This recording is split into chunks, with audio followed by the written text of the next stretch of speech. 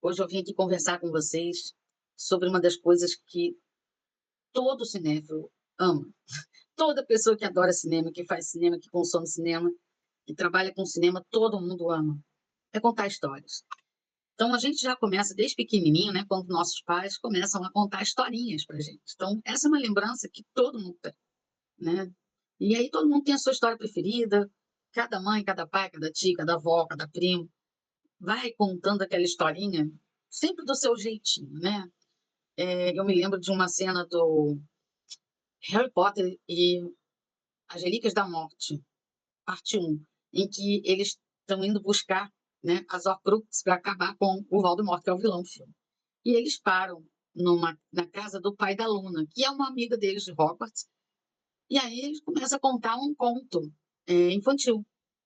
E aí a Hermione começa a ler esse conto, e aí o Rony interrompe ela: "Ah, mas é a meia-noite. Ah, mas é assim que a mamãe contava para mim", né. Então isso todo mundo tem, todo mundo se identifica com isso, né, que a sua mãe, seu pai, seu tio, avô, avó, conta a história e cada um vai contar do seu jeitinho. A história é a mesma, mas o contador de histórias é que muda. E como a gente vai, como crítico de cinema, avaliar o contador de histórias? Pois é, o contador de histórias é o diretor do filme, o cineasta. E é aí que a gente precisa entender um pouco mais a fundo como é essa profissão. O objetivo, a mecânica, os processos e o resultado final, que muitas vezes acaba surpreendendo até o próprio contador de histórias. Para você poder mergulhar nesse mundo maravilhoso do contador de histórias, vem comigo que a gente vai mergulhar junto para entender, né, esse processo. Bom, vamos lá. Uma das coisas importantes é que antigamente, muito antigamente, o cinema dizia que o filme era do roteirista. Mas, na verdade, eles se deram conta que a história é do roteirista, mas o filme é do diretor, porque é ele quem conta a história. Então, você pode aí ter uma determinada história e vários diretores contarem a mesma história. Vão sair filmes diferentes, jeitos diferentes de contar a história, os personagens vão sair diferentes, as movimentações de câmeras diferentes, tudo será diferente. Você nunca vai ter um filme igual ao outro, porque um cineasta não é igual ao outro. Não tem como. Não dá para fazer isso em escala industrial, né?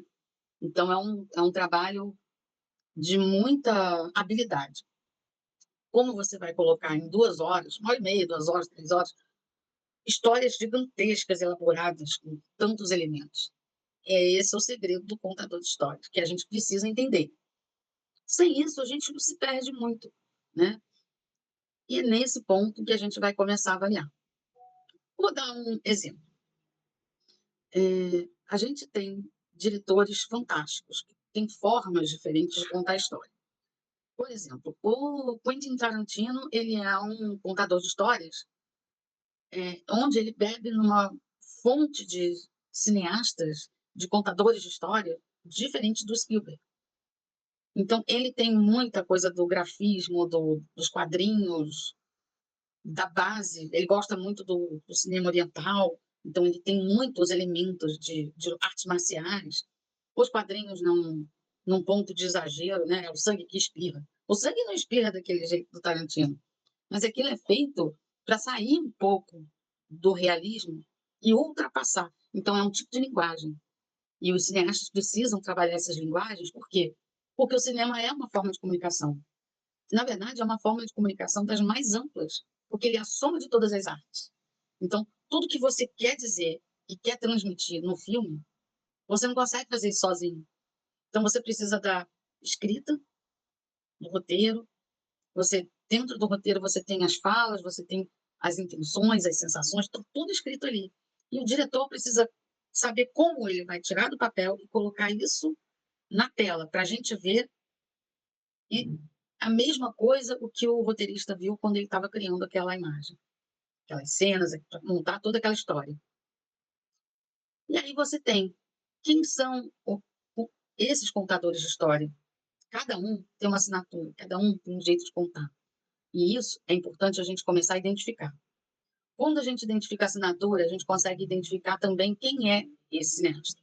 Porque ele nunca vai ter sucesso falando de algo que ele não entende, de algo que não tem alguma relação com ele. Vamos começar, assim, com os mais, vamos dizer assim, os mais fáceis da gente identificar, que é no caso do Tarantino que eu falei aqui. Nós temos o Tim Burton, ele tem uma assinatura muito única. E quem é o Tim Burton? Ele é um fã do expressionismo alemão. Aí você vai perguntar, ué, mas expressionismo alemão eu não conheço. Ah, conhece. Conhece sim. A gente sempre acha que não conhece. Quando você vai procurar, você vai ver que você conhece mais do que você pensa. O Tim Burton, ele tem uma estética, ele trabalha uma estética única. Ele tem um tipo de movimentação de câmera também diferenciado. Você bateu a câmera, você sabe que é dele. E às vezes a gente até confunde. Tem filme que é dirigido pelo fulano de tal e é produzido pelo Tim Burton. E você encontra a estética do Tim Burton. É impressionante isso. São poucos os cineastas que conseguem imprimir essa estética ao contar histórias, mesmo quando ele está em outra posição, né? Que é no caso do produtor. Então, você consegue já saber, ó, isso aqui é Tarantino, isso aqui é Tim Burton. Spielberg. Como você identifica a assinatura do Steven Spielberg? Ele é o único cineasta na história do cinema que já fez filme de quase todos os gêneros. Faltam poucos para ele completar essa marca aí. Mas como que você identifica? Você bate o olho e fala assim, tem dedo do Spielberg. Ele já fez aventura, ação, drama, comédia, terror, suspense. Ele está sempre envolvido em projetos que também tem... Você vê que tem um toque de Spielberg no projeto. Aí você fica, meu Deus, o Spielberg não dirigiu, eu jurava que ele tinha dirigido. Não. Na produção, ele sempre deixa a marca dele ali. Já é meio que uma assinatura. A mesma coisa são com os nossos cineastas brasileiros, né? Então, a gente tem aí cineastas como Afonso Cuiá, que ele tem uma assinatura de fazer coisas diferentes, ele vem da publicidade, então ele já tem uma bagagem de estética diferente de quem, de repente, vem da faculdade de cinema, com a formação de cinema mais tradicional, mais clássica. As assinaturas são diferentes, o ritmo é diferente, posicionamento de câmera também. A gente tem o Xuxin, que ele... Você fala assim, ele é um diretor que só faz comédia. Não. Ele é um diretor que dirige comédia, quando ele é convidado para dirigir comédia, e dirige comédia também quando ele dirige o drama. Os filmes autorais do Xuxinho são diferentes dos filmes que ele dirige, que é o Pipocão, né? Esse que leva muita gente para a bilheteria. Não que o outro filme não leve, porque o que faz essa movimentação é a verba que um filme tem. São as disponibilidades mecânicas que a cada filme tem. Ele precisa de verba para fazer ações de marketing e tudo mais. E às vezes você tem um filme que não tem essa verba, então fica mais comedido, você vê menos. A gente tem aí diretores de fotografia que viram cineastas. Tem documentaristas que viram cineastas. E fazem trabalhos belíssimos. Você tem crítico de cinema que vira cineasta. Né? No caso do Breno da Silveira, era um crítico de cinema. E aí ele fez vários filmes que fizeram sucesso. Dois Filhos de Francisco, A Beira do Caminho. Então, ele tem uma pegada de contar histórias de pessoas que a gente já conhece. Então, ele tem esse conforto, né, de... É esse o caminho que ele tem de se comunicar com o público. Achar a linguagem, achar a estética e achar as histórias dentro do conhecimento que ele tem para passar. A partir do momento que a gente identifica quem é esse cineasta, qual é o histórico dele, qual é a base dele, por onde ele começa, a gente vai começar a avaliar. Por quê? Porque nem todo cineasta tem 100% de filmes bons, 100% de filmes que vão agradar. Você não vai encontrar isso. Você vai encontrar, esse filme é muito bom, esse filme é mais ou menos, esse outro não é tão bom, esse outro é bem ruim. Só que esses conceitos de bom, mais ou menos, ruim, não tão ruim, eles são conceitos do achismo. Ele é mais da opinião do que da avaliação. Por quê? Porque isso é uma forma de se comunicar. E nessa forma de se comunicar, o diretor vai se conectar com algumas pessoas que vão receber aquela mensagem que ele está passando de uma forma que outras não vão conseguir receber. Então, aquelas pessoas que estão recebendo a comunicação com ele, essas vão amar o filme. E, de repente, ele não vai conseguir se comunicar com outras que vão odiar o filme. Você vai ter aí essa coisa, eu gosto ou não gosto, é uma questão de opinião. E aí, o que eu faço para dar essa avaliação sem interferir a opinião? Acontece, às vezes, da nossa opinião ser diferente da nossa avaliação? Sim, acontece e muito. O primeiro impacto que a gente tem quando a gente assiste um filme é, a gente sabe que está sentadinho ali para assistir filme para os outros. Você vai identificar para quem é esse filme, com quem esse diretor está conversando, com quem está falando, que tipo de linguagem ele usa para chegar nas pessoas. Então, a gente precisa dessa identificação. E quando a gente está, como se fosse um carrinho da montanha-russa, né? Quando a gente está no carrinho da montanha-russa no passeio, senta e aproveita. Porque pode ser que você seja o público daquele filme e pode ser que você não seja. Se você for o público daquele filme, vai ficar mais fácil de você conseguir se conectar mais com o público daquele filme. Ah, mas eu não gostei desse filme, mas tecnicamente ele tem isso, tem aquilo, tem aquilo outro. E aí é um mérito maior ainda. Por quê? Porque você está falando uma coisa e o seu coração está falando outra. Porque o coração é aquilo que a gente gosta pra gente. Mas a gente não escolhe, a gente vai assistir filme, que eu não sou o público do filme, vou lá assistir. E aí você tem que pensar, o público desse filme gosta de quê? Quais são os elementos desse gênero? Quais são os elementos dessa linguagem? Para saber se o diretor conseguiu seguir esse caminho, ele pegar os elementos que precisa e se conectar com o público correto. Muitas vezes o que acontece? Eu vou pegar um exemplo de um diretor que eu amo, o Tim Burton. O Tim Burton tem um filme chamado Alice no País das Maravilhas. O filme é lindo, maravilhoso. Qual é o erro do filme? Por que tem muita gente que não gosta desse filme? Porque o erro não está no filme, o erro está no título. Por quê? O que ele está fazendo é a volta da Alice ao País das Maravilhas. É um outro livro do Lewis Carroll. Não é o Alice no País das Maravilhas primeiro. Aquele que a gente já conhece. Onde se baseou o clássico da Disney, né? Não. Ela volta depois, já adulta, com 19 anos. E ela não lembra da passagem dela no País das Maravilhas. Então ela vai resgatando. O filme é maravilhoso. O filme está perfeitinho, redondinho, bonitinho, técnicas impecáveis. Mas o erro do filme está no título, porque ele está se vendendo errado. Ele se vende como se fosse a primeira história. Então você vai atrás da primeira história, chega lá e é a segunda. O que acontece? Frustração. O público fica frustrado. Então, o filme é bom ou não é? Essa é a avaliação. Ele é bom quanto filme, quanto continuação. Ele cumpre com o papel do segundo livro? Sim. Ele segue o segundo livro? Sim. Mas então por que ele deu tão errado? Porque o título está vendendo errado. E aí o que faz? Direciona para o público errado. Quando você direciona para o público errado, o público não vai gostar nada do filme. É desperdício de tempo e de dinheiro. Isso a gente tem que estar preparado para identificar. A gente está falando de uma obra adaptada, né? De um clássico. Mas quando a obra é original? Quando, em 1977, o mundo conheceu Star Wars, Uma Nova Esperança, todo mundo ficou, né, assim, filme de ficção científica, vamos ver.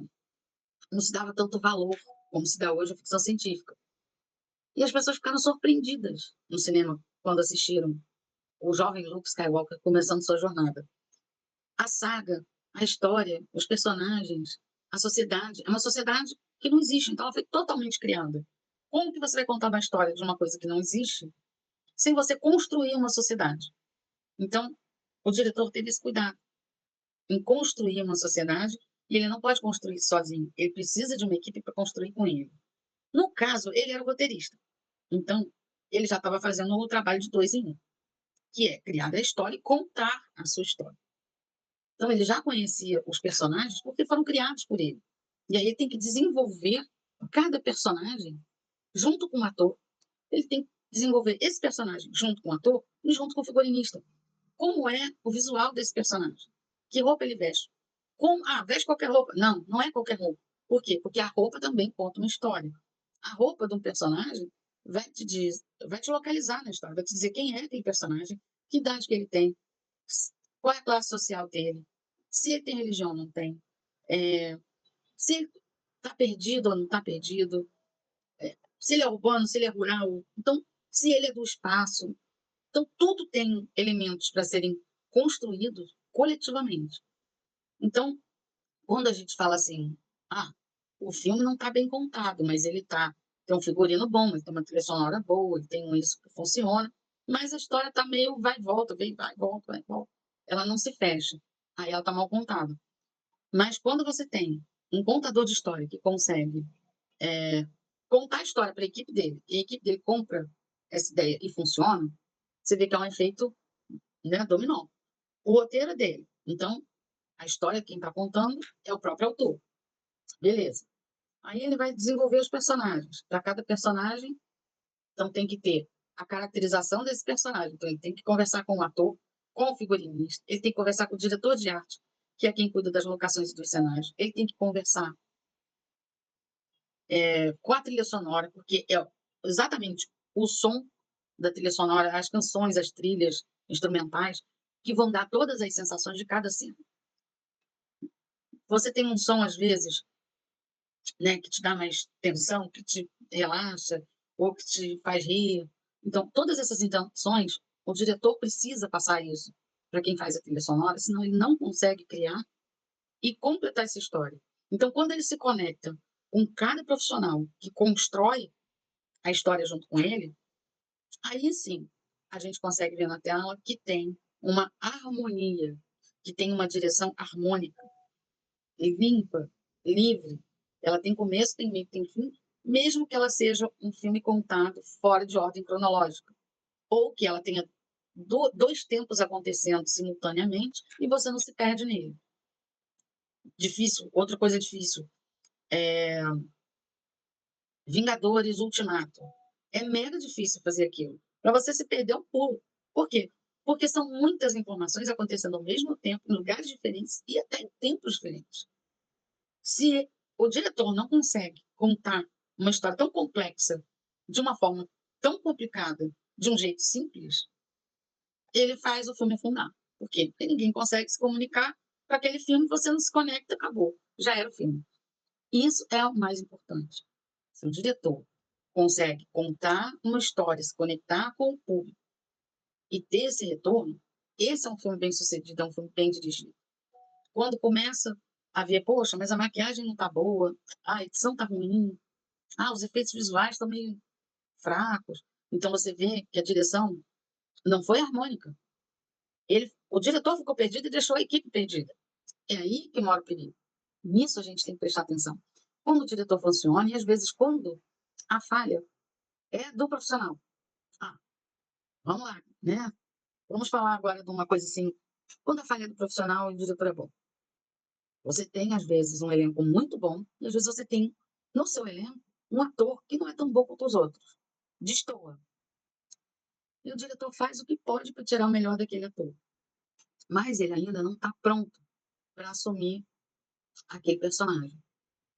De repente, ele trabalhando mais, estudando mais, se preparando mais, lá na frente ele vai brilhar. Mas às vezes não está no tempo daquele ator brilhar, né? Por mais que ele tenha sido dirigido por alguém que tenha habilidade, né? A gente tem um diretor no Brasil chamado Caio Sol. Esse diretor, ele tem uma habilidade incrível em dirigir o elenco dele. Ele tira o melhor. Então você não consegue descobrir na história que ator ou que atriz está melhor do que o outro, porque ele consegue tirar o melhor de todos eles. E fica todo mundo numa sintonia de talento tão grande que você não consegue falar, não, esse fulano aqui está melhor, não, mas o ciclano está melhor. Não. Isso é que faz o diretor, contador de histórias, ter um plus a mais. Ele consegue deslanchar e trabalhar a construção do personagem com o seu elenco, dando todas as ferramentas que o ator precisa para desenvolver aquele personagem. E aí sim, fazer com que a história seja bem contada. Porque a história precisa dos personagens para ser contada, né? Então, a gente vai vendo que tem uma espiral aí em volta de cada diretor para contar a sua história. E aí, cada diretor tem o seu jeitinho, a sua assinatura, a lista enorme que é importante que cada crítico conheça são as formas de linguagem, né, que são usadas pelos diretores para poder passar, às vezes, muito mais conteúdo do que o texto permite. Às vezes você tem assim, você falaria aí por, sei lá, uns 9 minutos de fala. 9 minutos de fala no filme é muita coisa. É uma cena muito grande. Então você falaria aí, e você corta, às vezes, toda essa fala com as imagens, com as vestimentas, com o cenário, com uma edição, com fotografia. Então, muita coisa pode ser dita com os outros elementos que compõem, então, a história que está sendo contada. E é muito importante que o crítico entenda esse processo. Mensagem, o mensageiro e o receptor. Para quem o diretor está contando aquele filme? Estou contando para todo mundo. Se você atirar para todos os lados, você vai ter um filme que vai agradar uns e desagradar outros. Por quê? Atirou para todos os lados. Mas quando você coloca, olha, esse filme ele vai agradar um público deste gênero, mas não quer dizer que um fã de outro gênero, que às vezes nem curte muito esse gênero, que não vai gostar do filme. Às vezes, poxa, eu nem gosto tanto de filme de ação, mas esse filme eu gostei. Aí você acaba conquistando um público novo. Isso é uma vantagem. Isso é uma coisa a ser contabilizada, é um bônus, mas não é um objetivo do cineasta. O cineasta que faz filme querendo prêmio, o filme ele fica meio confuso no meio do caminho, ele vai naufragar com certeza. Mas isso foi feito para prêmio. Por quê? Porque é grandioso, tipo James Cameron faz filmes grandiosos, né? Avatar, Titanic. Você fala, é filme para prêmio.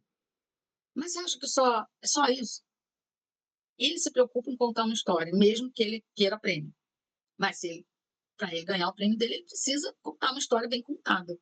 Então, a gente precisa entender como é que a cabeça de James Cameron pensa, como ele age com os filmes, porque tem filmes diferentes, né? O Exterminador do Futuro, o Titanic, o Avatar, são filmes completamente diferentes uns dos outros.